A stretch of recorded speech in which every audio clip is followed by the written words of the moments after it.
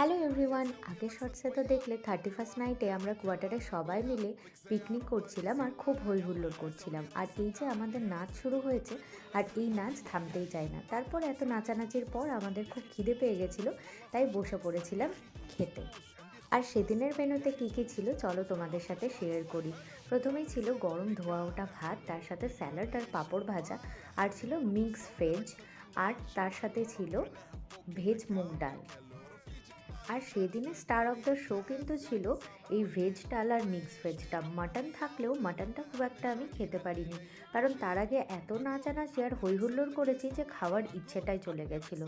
তো যাই হোক, অল্প করে কিছুটা খেয়েছিলাম। আর তারপরেই ছিল চাটনি, পাঁপড় আর মিষ্টি। আর তারপর আবার একটু নাচানাচি গল্পগুজব করার পরে রাত্রি 12টার সময় আমরা এরকম বাজি ফাটিয়ে সবাই সবাইকে হ্যাপি নিউ ইয়ার বলে নিজেদের রুমে ফেরত গেলাম। চলো, দেখা হচ্ছে নেক্সট ভিডিওতে।